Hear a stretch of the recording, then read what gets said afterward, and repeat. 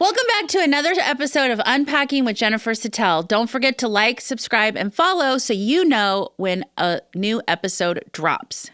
And all the cool kids are doing it, by the way. Hi, guys. I'm so excited to be here today, as I am every time, because, first of all, I love to talk. And second of all, I love to talk to you guys. So here's the deal, what's going on this week with me. So I'm going to tell you a couple funny stories, I guess. I wouldn't say funny, but Charlotte, I'm going to tell you about this little girl and her personality and how it's like blooming into me. She's essentially me. I'm not going to be honest. I'm not going to lie. She is very dramatic. I feel that I'm not dramatic, but I know that I am. I also tell stories so ridiculously detailed when a story could be 5 minutes. And I know that I do that, but here's the thing. I sometimes want you guys to feel like you're there, right? Like you want to know the misery or the happy or the funny or the whatever that happens. So Charlotte, her personality is really coming out more and more every day. And sometimes I just tell her, like, when you win an Oscar for this performance, like, I'm going to pick out an outfit now and just hold on to it, because everything is a huge deal. Everything is, when she tells a story, it's always at this weird time too. Like, it's always a delay, like going to bed. She'll want to tell me something, even though I'll ask her, like, how was your day? And then right as we're about to go to bed, all of a sudden she'll like start to tell me some lifelong story, and it's like so detailed and a lot of ums and well, let me tell you this. And so it's just really funny. But the other thing is with this little girl, and I've said this before, there's not a roadmap to parenting, I feel, for some of this bullshit that comes up. And some of it is bullshit. Let's be honest. And I sometimes will call my mom and ask her, like, did I do this? Or did I act like this? Or did I do this? And I feel like Charlotte, the little bit of the sassiness that's coming out is a little younger than it was for me. But I know that I was, I'm an only child. I didn't have to answer to anybody really, except my mom. So I, would kind of talk back. But that was more like junior high and high school. She kind of does this thing. But anytime there's anything with medicine, boo-boos, anything that is where medicine or something has to go on her to make it better, she pulls out the Oscar card. She is so dramatic. First of all, if I ever were to lose my shit, like completely lose it, it's giving her medicine and or some kind of cut that I have to put something on it or a boo-boo. And she does this moonwalk backwards. She starts freaking out. She starts yelling, no, I can't. And then if I finally get it to the stage of life, and this has happened since she was a tiny peanut, this has not changed. It's just gotten worse. Then her thing is I have to hold daddy's hand. And I'm like, he's not here.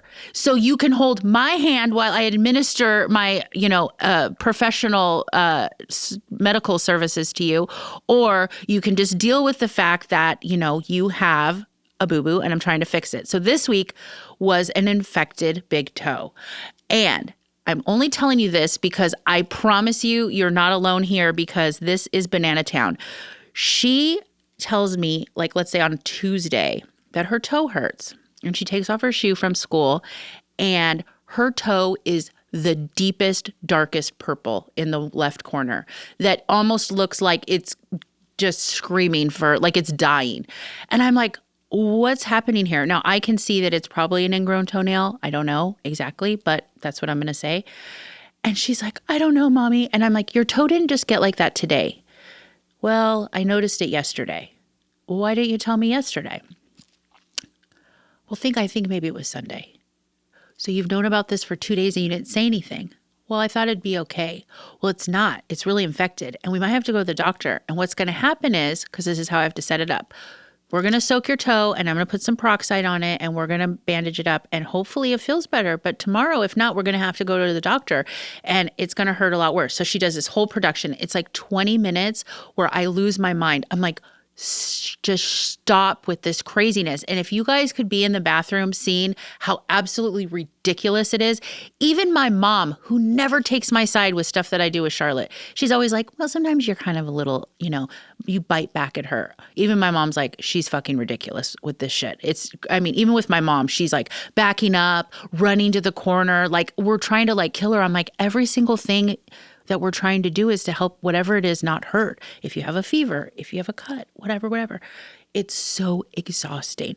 So this infected toe was pretty bad. And I'm like, listen, you either do this here with us or we go to the doctor, and they'll probably have to put a shot in your toe to numb it. And then they're probably going to have to like dig out the toenail a little bit on the side there.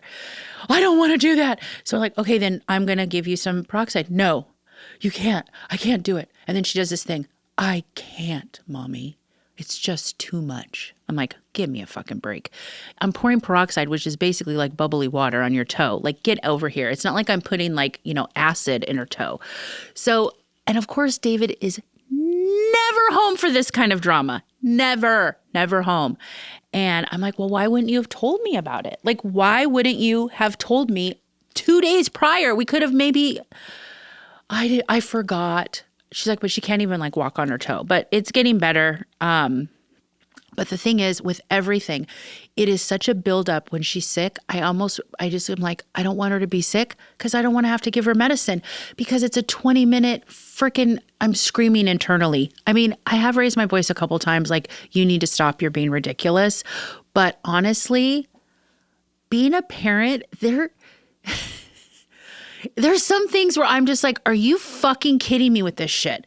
And I say it mentally, and sometimes I say it to David. Like, sometimes everything is a mountain. A little tiny thing is the biggest ordeal, Oh.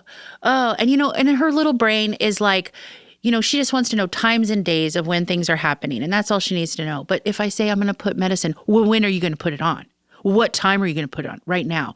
Well, can you give me 5 minutes? For what? Like, everything is an ordeal. And sometimes I'm like, my brain cannot even process all of this. There's no guide to be like, hey, you have to keep them alive and feed them and put a roof over their head, and you love them with your whole heart and you do all the things you need to do. But sometimes you're going to want to get a pillow and scream in it to the top of your lungs. And then you're going to scream it, and you kind of want to maybe punch the pillow a little bit because you're so frustrated that everything is such an ordeal. Giving her medicine is like almost the worst thing in the world to do because of all of the reaction. She even puts her freaking hand on her forehead and like leans back like she's in a movie. She's going to win an Oscar one day. I don't know if she's going down that path. I don't really want her to, but if she does, she's going to be an Oscar winner. I'm telling you right now, because the drama is, I don't even know, astronomical. It's just hilariously funny. And I crack up at her all the time. So, okay. So that's just like the day in the life of being a parent. You guys know I like to give you a little snippet of what's going on before I get into like my week or my day-to-day or any stories that I have kind of about my organizing business, because a lot of it I've mentioned before is, and as I've gotten, in May, it'll be 10 years that I've had this job, or this business, I should say, not a job. I mean, it is a job, but it's my life, it's my business, and I love it. And the thing that I've really paid attention in the last few years is just kind of the behavioral aspect of it, because there's some things that I want to educate myself on, because, I was talking to this client. Now, I might have mentioned in one of my podcasts, I got this really great phone call and email saying like, I got your information from so-and-so, and I listened to your podcast, and you seem like somebody I would relate to. Like, you seem like you have a great personality, and I just kind of felt that. And I think I told you guys about that, which was wonderful. I finally was able to help her last week, and that was really great. And she's wonderful. She's like 73 years old. Her husband, probably same age. They were really good people. You just meet people, and they're just the good, like, salt of the earth people. And she talked to me like her mom was a hoarder, and she has kind of like hoarder tendencies, and, just stuff like that. And I don't want to be like heartless. Like I'm not. I'm very empathetic. I just don't have that connection to stuff. And I was actually talking to her about it. And kind of on a personal note, I was telling her, because the first day when I was done, she texted me later that night and she's like, God, I just can't believe how much stuff I've held on to and how much stuff, and for what reason? Like, she's a retired teacher, retired fourth grade teacher, and arts and crafts and all this stuff that she had done over the years, and she had taught other grades, but younger grades too.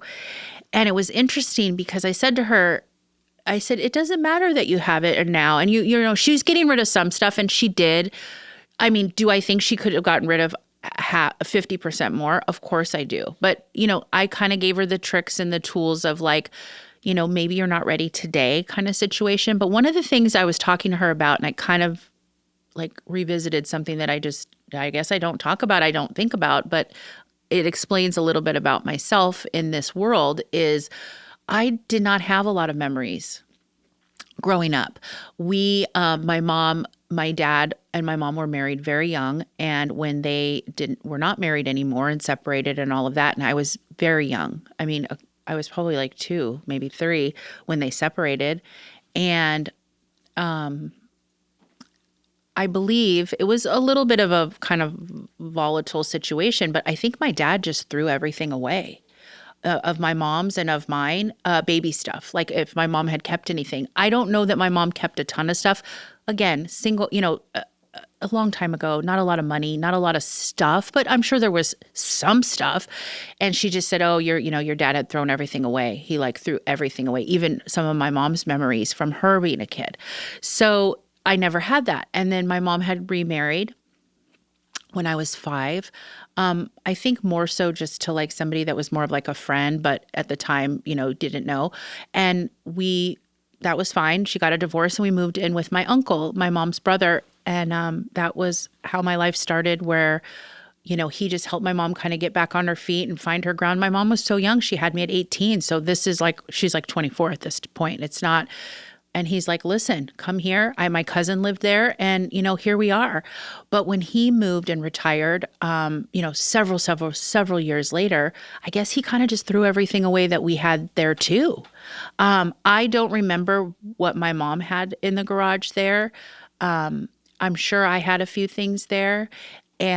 But I just kept my bin of like my high school yearbooks, and all my memories of high school were just kind of in my room. And then I just put them in a bin, which bins were not nearly as cool as they are now. They've definitely evolved. But I think he just kind of threw everything away when he was retired and he moved to Thailand. So I just don't have that connection to stuff. And I don't care about that connection to stuff. And then also, as I have also gone to, people's houses every day, different personalities, different families, different things, I see that the kids, a lot of them, maybe the kids are in juniors or seniors in high school, and now I'm there. So they're kind of like, hey, Sally, do you want to look at this bin of art that I collected? They don't even want to look at it. Some kids do. I'm not saying all the kids, but I'm saying most of them are like, I don't want any of this crap. Like, I don't want this crap. So that's the stuff that as a parent, I have Charlotte's stuff, and I know it's important to me. I don't keep everything, but I keep things that I think are, special to me. And it is more of a me thing. I don't think Charlotte's going to want it when she's older. She might. I'm not going to have 17 bins, though, 1 bin of her schoolwork, and if she says, Mom, I don't want this, then that's her choice. Maybe I hang on to it. I don't know. Maybe I don't. But I was thinking about like, it's not even just like art stuff. It's like, you keep the baby clothes, people keep the teeth. We've talked about this, like all this stuff. Like when they're like, the kids are like 30, you still have your kids' teeth. Why?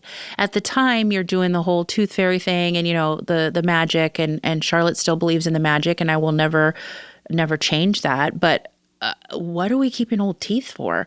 Like baby clothes that now, they were in the, like for me, if I would have had baby clothes now, I mean, I was born in the 70s, right? So the mid 70s, not early 70s, just so you know.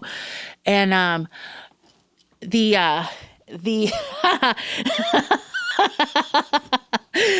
The part I just had to mention that I was not the early 70s. Anyways, but that stuff, when you go to open it, half the time the elastic in it has disintegrated and it's just crunchy or like stuff like that. And so you have to think about that. Like, what's the purpose of it then?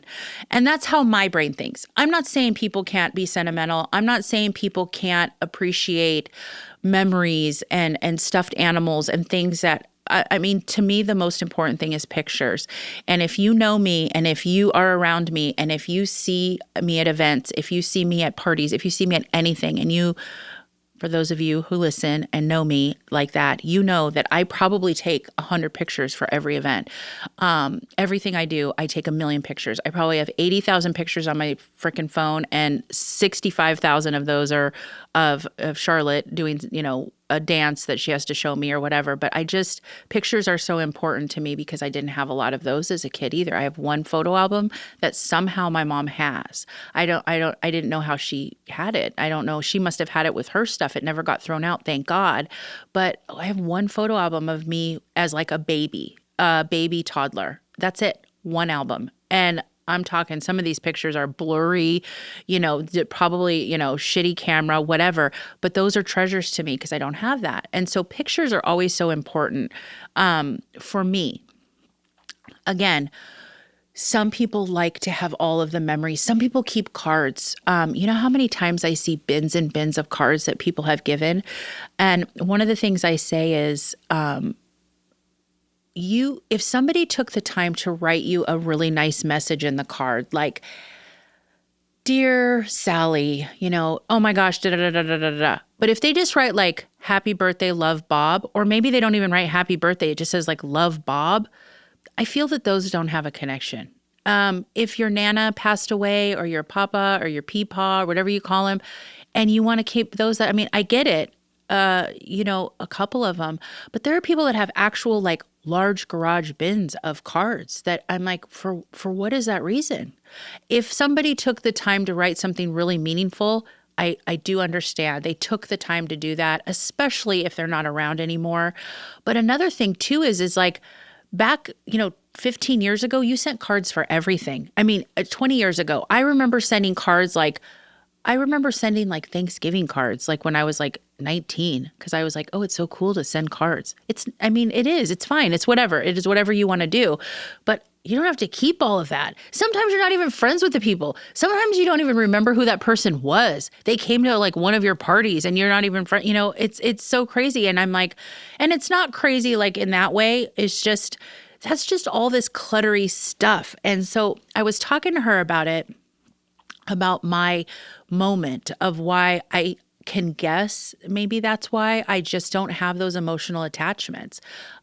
With Charlotte being in my world and is my world, I do hesitate with some of her stuff and some of it I don't. There are certain things where I cannot part with it, and I probably won't be able to. But again, it's like 2 bins right now, and I don't know how that'll be. When I first had Charlotte, I kept everything because we wanted more kids, but also everything was like when I was home with her for those 12 weeks, all I did was take pictures of her. I mean, I have like 50 pictures of every pose and every pajama. That's what you did all day. It was just like you were just with this little person who doesn't talk or anything. You're just like, oh, look she's so cute. And I'm going to take pictures. But I kept all the pajamas because those were the memories. And then about a year ago, David had taken down some of the bins I wanted to go through. And I realized, there's certain pajamas and certain things that are so special and they actually just like make me happy, but like happy tears. And that's what is special. And that's what I try to tell people. Keep stuff that is so special that like you feel like your heart just like warm up when you see it. I just don't have that emotional connection, but I do see, like, she started crying a couple times and not like, but she got that, you could tell it was coming, like the kind of bubble, where you're just thinking like, I feel it. And she just said, I'm just so, I don't know. It's how I grew up, and I don't want to keep all of this stuff, but at the same time, I'm not ready. So she did let some stuff go. I helped her for 3 days, and it was funny because the first day was a lot of keeping.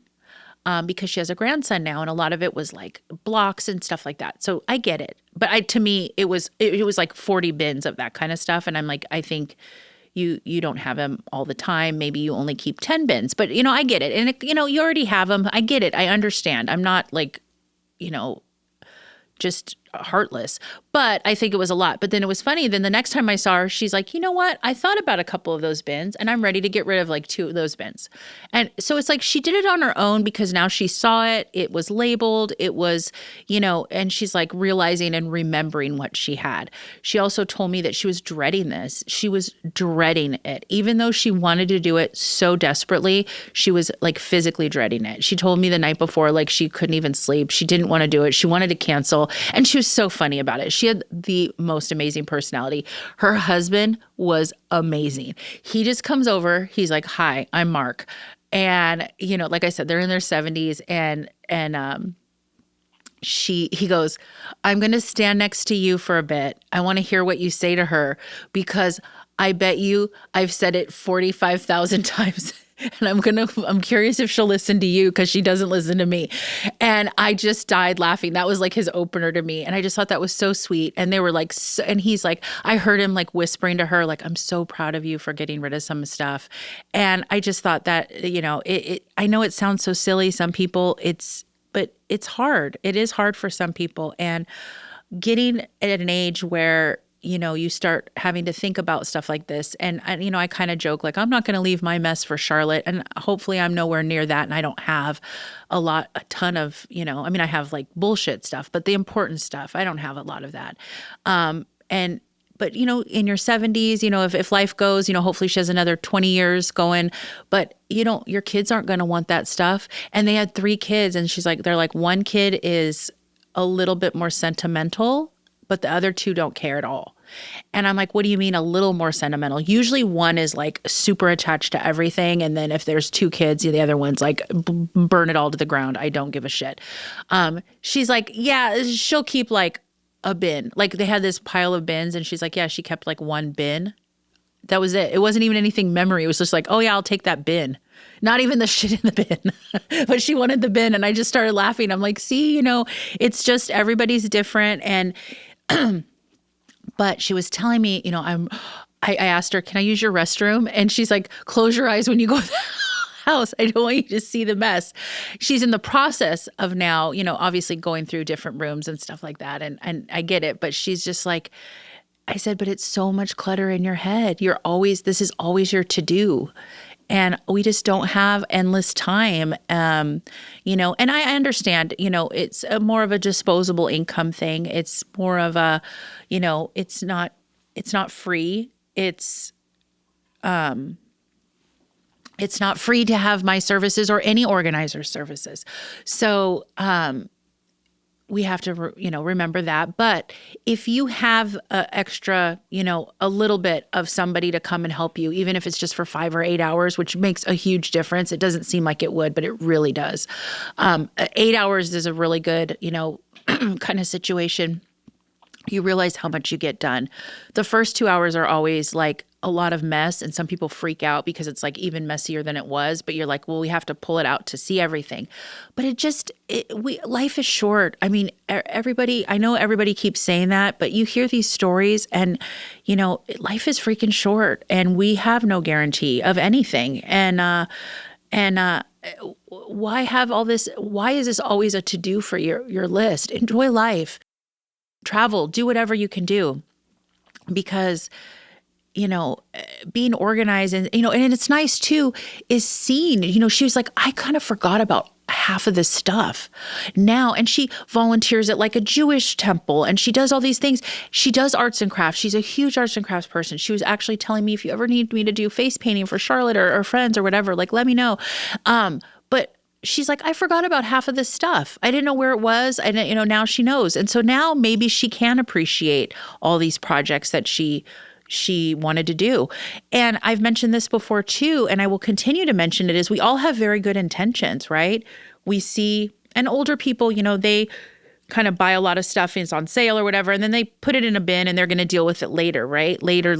Well, now it's 20 years. I mean, I was looking at some of the price tags from Fedco. If you guys remember Fedco, $1.99 for like a craft kit. Now it'd be like $9,000. But you know what I mean? Like you've had that a long time. So I'm like, is this in a good intention? Like you found it, now you're going to do it? Or is this like, oh yeah, I forgot about this, but let me donate it to someone who maybe actually will have the time to do it? Because she's a busy woman. She volunteers, she does all this stuff, and she has 10,000 bins of stuff to do, like projects she wants to do. And she was like kind of getting teary-eyed telling me, God, I've just wasted so much of my life, like not doing the stuff I want to do by dealing with this, moving all this stuff around just to get to one thing and then never doing it. And it was really nice talking to her. She was really great. And I have so many great clients, but when I meet certain people, I told her, I'm like, you're really amazing. I really like you. I like your husband. It's just that good. I mean, they're like so in love and like so happy. And he was just like whispering, like, you're doing so good. I'm so proud of you. And I just thought, and she was really having a hard time, and I kind of joked with her and I razzed with her. And she told me, she goes, I really like your sense of humor, and I really like how and I said, otherwise you're going to sit there and overthink everything. And if I'm not joking with you or kind of giving you a little, I'll be like, are you sure you have time to do 7,000 of these bins of things? Like nothing like harsh or anything, but just kind of, poking my toe in the pool and just seeing if she would laugh. And she's like, thank you so much for just like making it not so like, She goes, it's still, don't get me wrong. I didn't change the world, but I just kind of made our time together a little more. I mean, we laughed, we told stories. I showed her pictures of Charlotte. She gave me stuff to give to Charlotte, some arts and crafts stuff that she thought she would like because she was a fourth grade teacher, and which was really special. And I just kind of wanted to just talk about that and just see like, I try not to talk a lot about, I will talk about the past because I think a lot of things stem from how we were raised or how our life, paths have gone, decisions we've made, and we can talk about that another time. But one of the things is, you can always change what happened in the past. We can always change some of those things, if we need to. A lot of people hold on to, well, this is what happened, so this is why I'm like this now. And I'll give you an example. I had several clients who have, closets of clothes that are bigger than houses. And, she kept saying to me, well, I grew up with nothing. I had like 2 pairs of jeans. So now she has like 150 pairs of jeans. And I'm like, okay, but do you need 150 pairs of jeans? Well, I didn't grow up with anything. I didn't have anything growing up. I wore those jeans forever.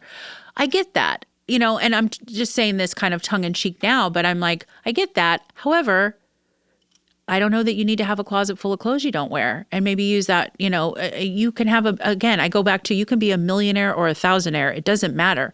Wasting money is wasting money. It doesn't matter how it is. And so, how much waste I see and just getting rid of stuff and,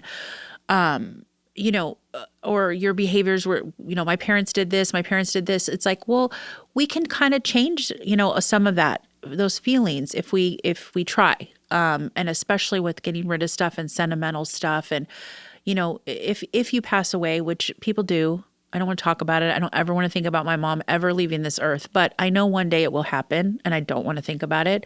But some of these people, they are getting a little bit older and you're going to have to go through that stuff. And I just see what people see. Like, I'm working on that one house I was telling you about. Both the parents died and the kids are in the process of selling the house. And, they hired us to kind of clean it out. And when I tell you, and I mentioned this on my last episode, is the first set of paperwork that I saw was 1965. And that's, I believe, when they moved in the house. Maybe they moved in the year before, but right around there. And it's 2026, okay? And they've never thrown anything out. In terms of paperwork, I honestly don't think they ever threw anything out. Maybe when they were kids, like the kids' clothes, I didn't come across that. But like the furniture is still the furniture. The paint, the house was never changed. So imagine just having all of that stuff for so, so long. And I'm coming in there and just basically getting rid of it. Now the kids had gone in there. I think there's three kids, three obviously adult children. And they went in there and pulled out what they wanted or things that were kind of important to them, which was, there was two boys and a girl. And I don't know the sons. I met the daughter. She's, when I say a little more emotional, like maybe 20% more than they were. Cause I saw a few Post-its with like keep for her, kind of situation. And like one Post-it for one little game for this, like a wall game for the one son. And nothing for the other one. So I was like, they don't care. Basically, I had to get 4 40-yard dumpsters filled to the brim, filled to the brim of shit just in the house that was just there forever. I mean, when things are so old, like bags or boxes, when you go to pick it up, it almost like disintegrates in your hand. I mean, none of this stuff was ever touched.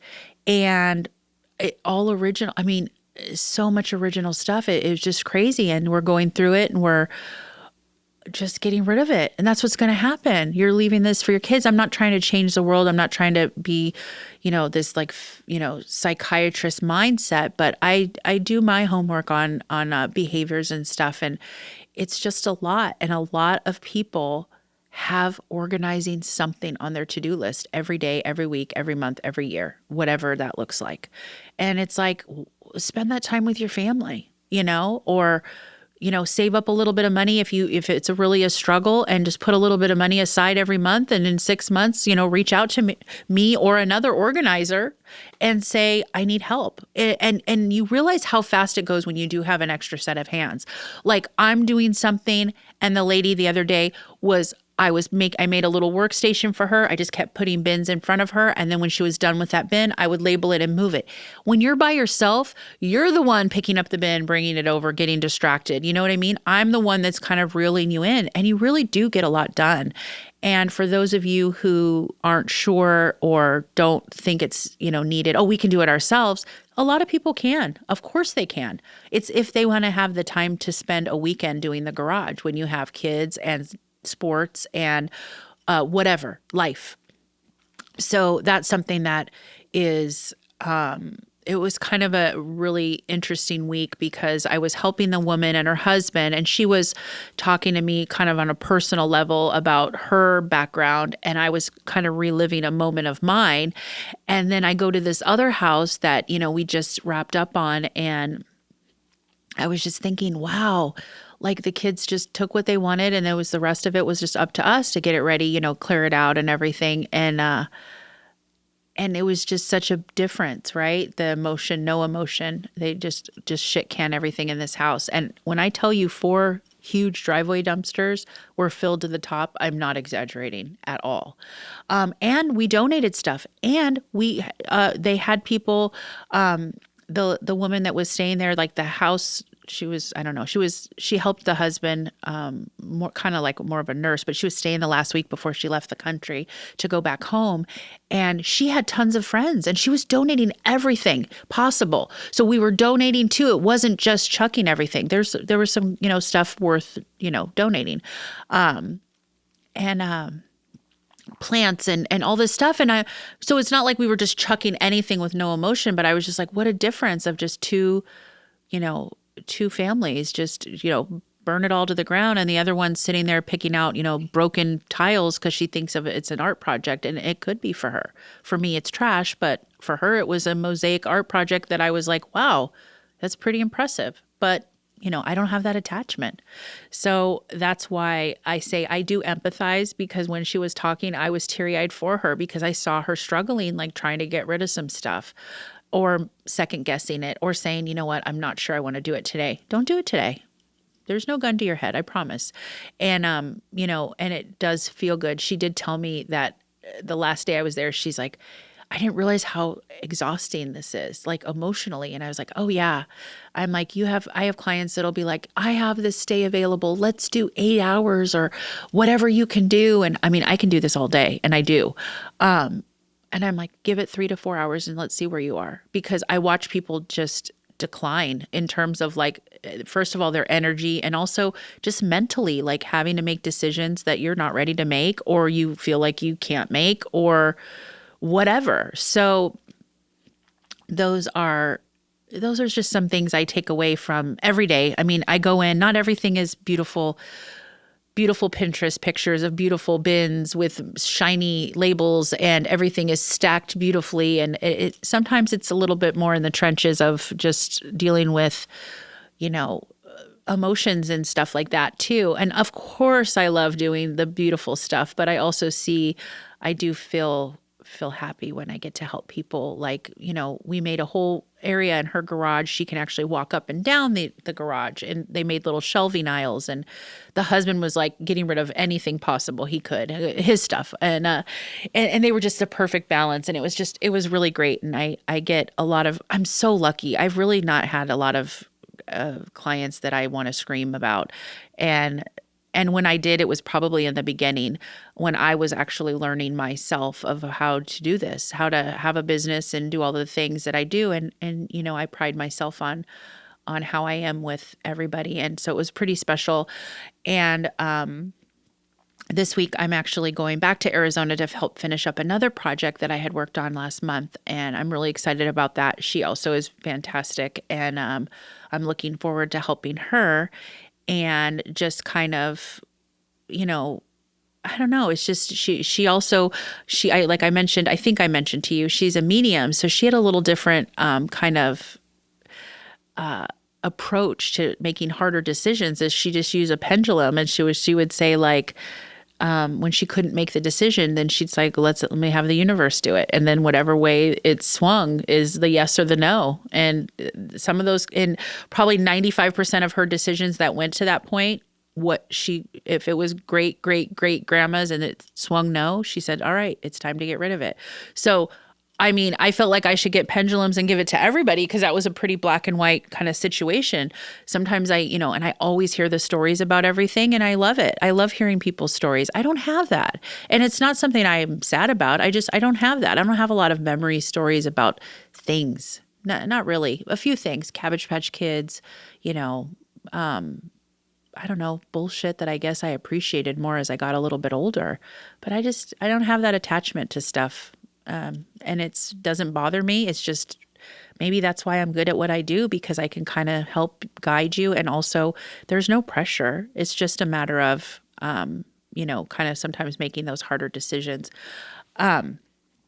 So with that being said, let's see. Okay. So I helped with that. I wanted to tell you guys and just kind of talk about some more of the emotional thing here is, so David and I are very different.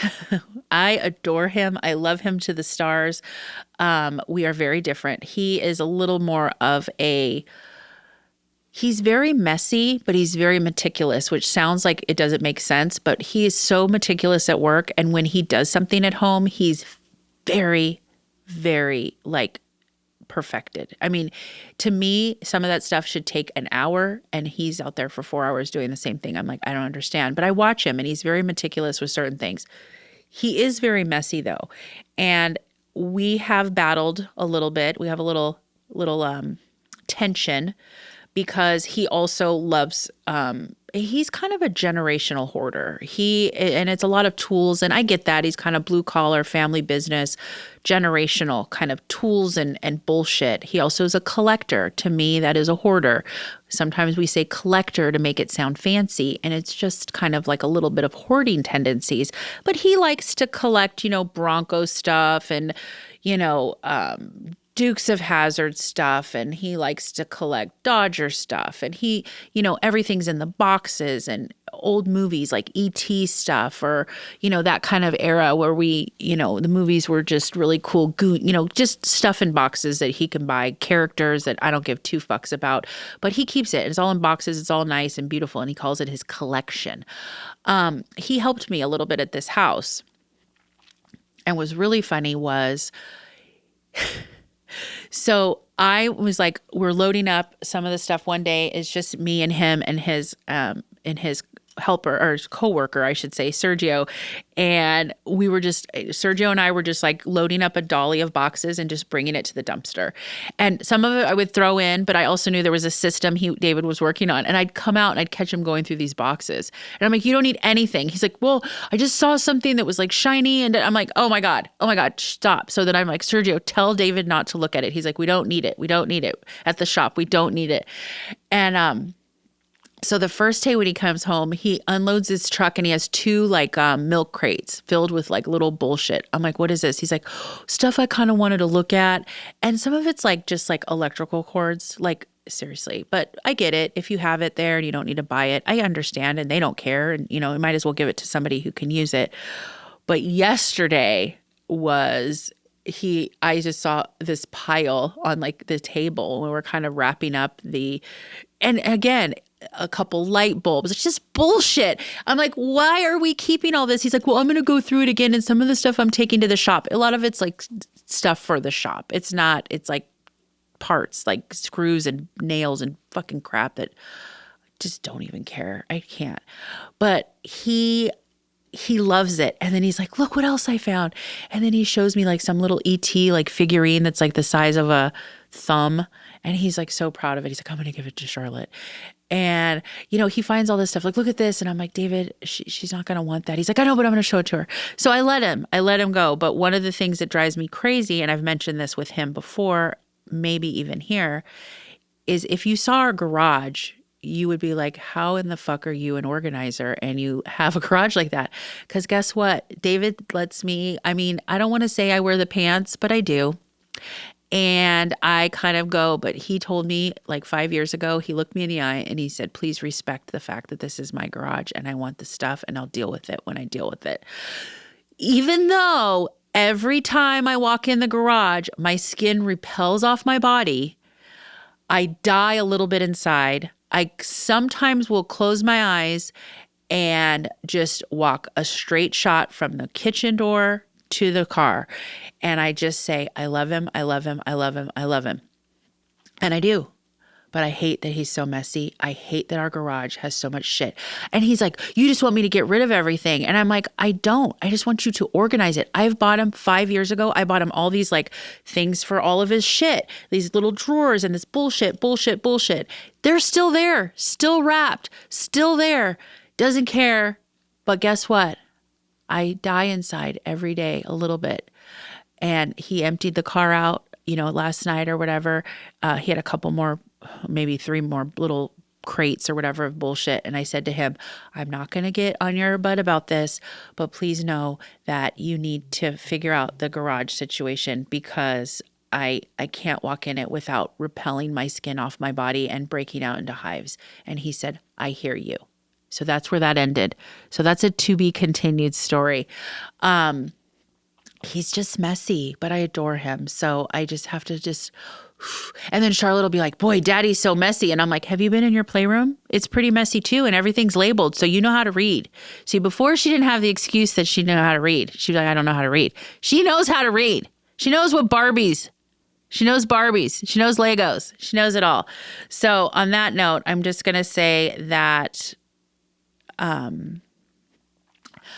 I enjoy sharing these stories. If you guys have similar situations, I couldn't even talk there. Sorry.